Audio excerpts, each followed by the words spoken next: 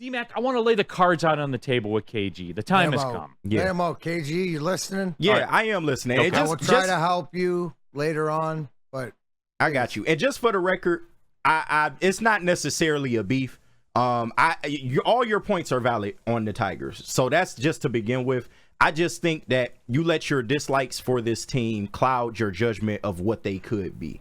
So and I think that your injection of hopium clouds your judgment on what they could be as well. Okay, but my point is further proven by you said yesterday 74 wins in your early season prediction for the Tigers. That's 4 less than last year. So that tells me you don't believe. So what don't you believe in besides the knowns? Like It all starts here. It all starts up here at the 30,000-foot level. And I've said this before. I like that. I got a plane up there. Here's where it starts. Okay. The overall angst, bitterness, haterade, whatever you want to call it, that all starts from this. The philosophy of the organization. I have a hard time because I do believe that given the nature of this division and who's in here, this could be the worst division in sports. Yeah. In North American sports. It could be the worst division in sports.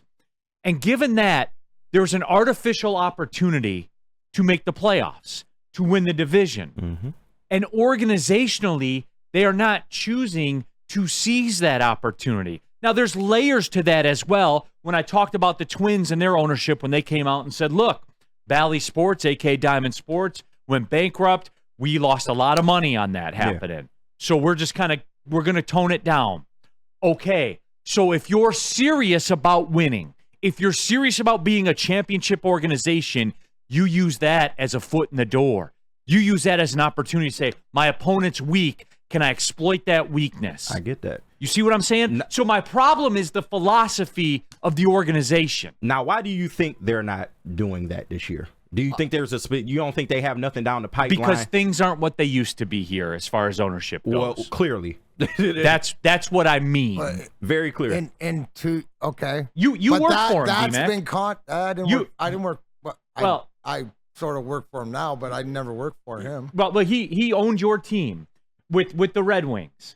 But Mike Ilitch I'm talking about. Oh, yeah. Well, that's like different. there was a different priority list, if you know what I mean. For the Tigers, when Mike Ilitch owned it. Oh, right. Yeah. But here's the whole thing, that I don't know, and I don't think you're missing it, but I think that right, and you nailed it, because if you listen to what he said I have problem with their philosophy. Yeah.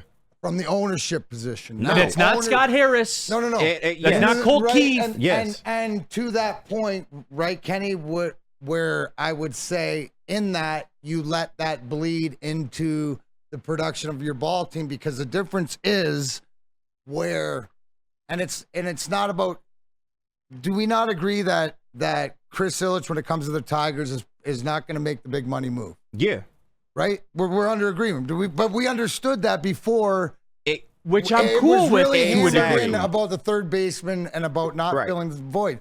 But the alternative to that is there's a new guy in town. Mm-hmm. And there's a new guy with his vision. And also you have AJ Hinch, but his scouting and all this other stuff that maybe just like the Red Wings, that the guys here or what they can get out of here and giving them a chance. I think you're not wrong, Neil. He's not. Philosophically, I think ownership is absolutely different.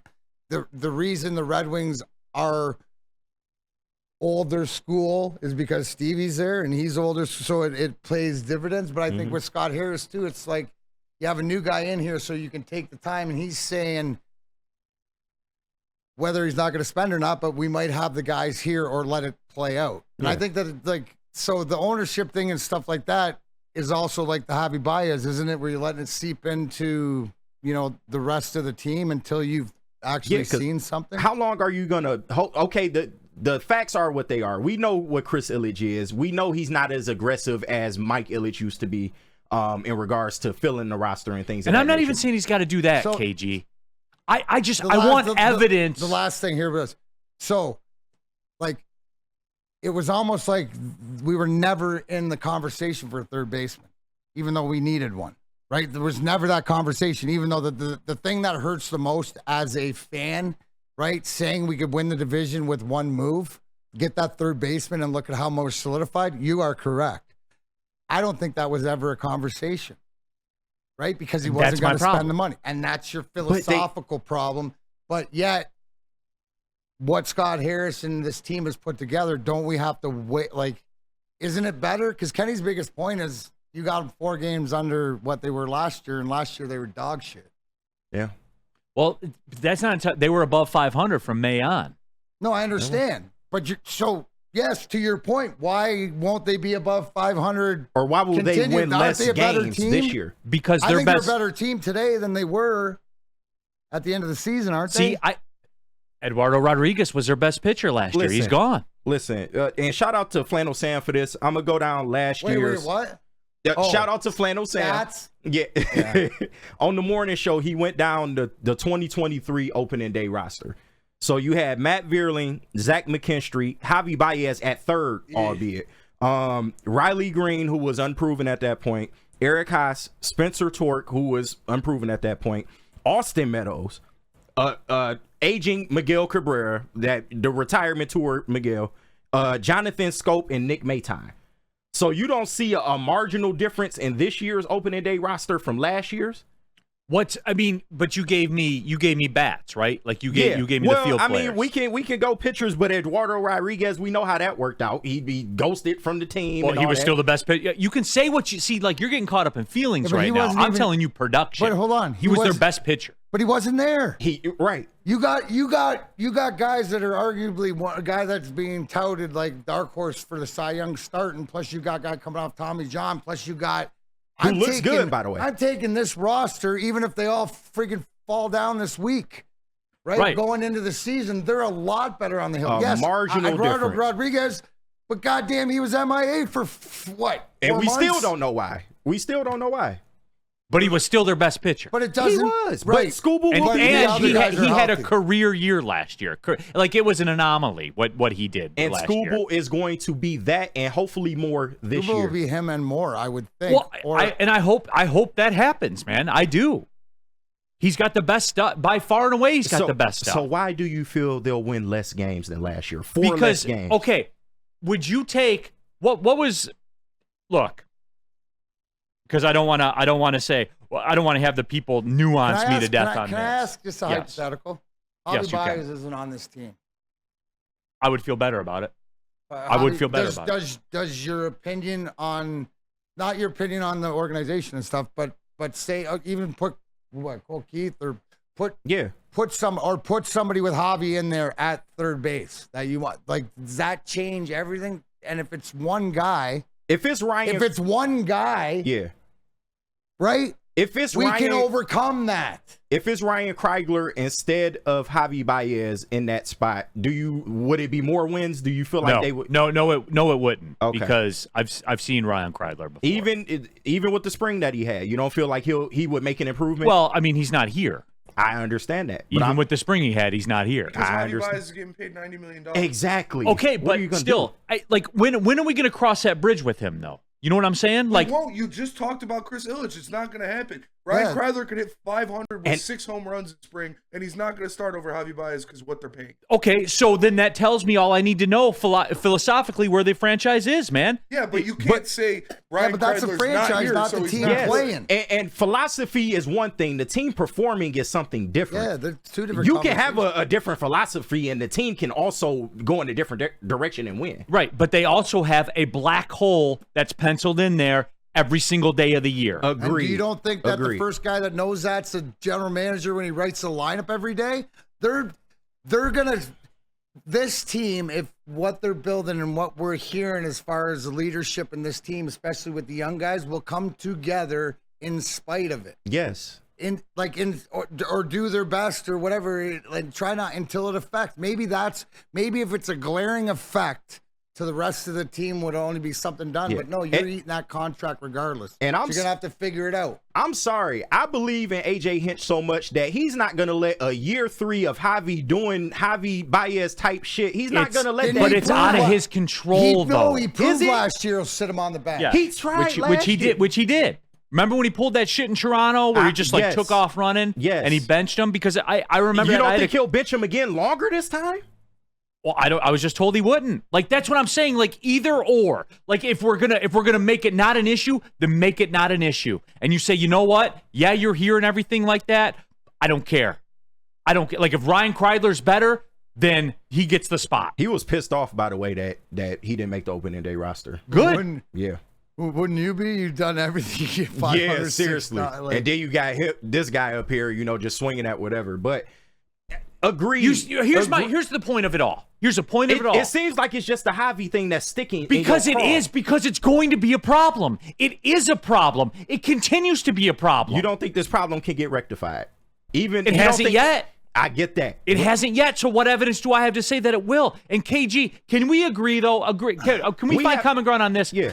It's a problem. It is a problem. It's a problem. Like if you can't bring up Kreidler. Me and you are in lockstep with Javi. I just need you to know that 100% we are on the same page with Javi Baez. And if I know it and you know it, the organization knows it. But it's the beginning of the year, and you have to give this team the benefit of the doubt. We still haven't played a baseball game yet until the first week of the season or whatever else. When he absolutely shows his ass that he hasn't changed and stuff like this, then we'll wait and see. We got 162 and a trade deadline. I just see that Kenny's rising above and trying to look at the positives instead of sitting here and going because it's not going to change. Everything that you said's never going to. It's not changing.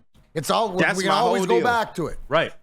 But what Kenny and I are talking about are hoping it's not changing anytime soon. Hey, you know what? Maybe, just maybe, with this youth and with whatever else, I think if they stay healthy, they can overcome this. Period. If they don't stay healthy, then we're then we back in the same stuff boat every day. But even with as horrible as last year went, they still won 78 games. Yes, that's not nothing to throw a parade about, but they should have been way worse last year. And they won 78 games. And with a better roster this year, I feel like they can surpass that. How do we not know? And to Neil's point, because the roster changed, but you still have the black hole from when the Lions. Remember how the Lions started in the Campbell regime and they had won a game and stuff, and then they figured out how to win games. And stuff. You're right in the fact of your assessment to what do I have proof to say? Nothing other than it's the beginning of the season and we're in first place right now. Yeah. That's it. Yeah. That's it. Would you take... And you know what? Firing the hopium for right now. I could change it in a week. Exactly. Well, with before we go to the break, from Scuba, would you take 13 wins and a 3.30 ERA and a WHIP of 115? No. That's not good. He needs more wins, but the ERA is the solid. ERA is not good enough. You don't think so? No, he needs so you think this offense is good enough to get him? He needs to be a sub 3 ERA. If he's got 13 wins, he's got to be like 2.9. Yeah, I need him at 2.5.